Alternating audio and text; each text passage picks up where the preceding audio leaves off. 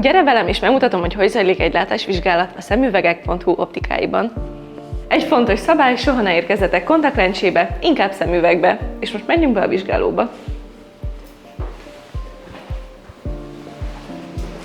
Sziasztok! Gyertek, jó lesz! Csics! Az első lépés az anamnézis felvétel. A szokások, a napi rutin, az igényfelmérés itt kezdődik. Ezután következnek a műszeres vizsgálatok. Akkor kezdjük el látásvizsgálat. Pislogni nyugodtan lehet, mozogni, beszélni nem szabad.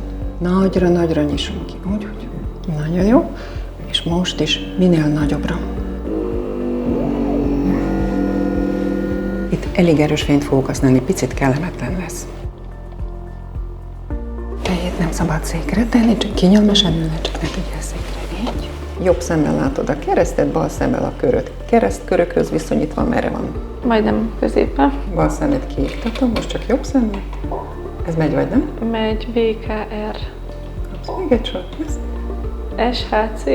Oké, következő. Hát ez már csak hunyorgással megy. Amikor pöttyecskéket nézed, egyes jobb vagy kettes?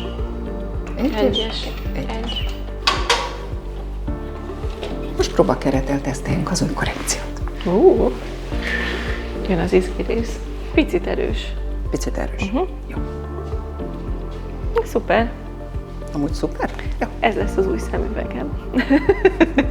Ha időpontot szeretnétek foglalni, akkor bármelyik szemüvegek.hu optikában megtehetitek, vagy a weboldalunkon.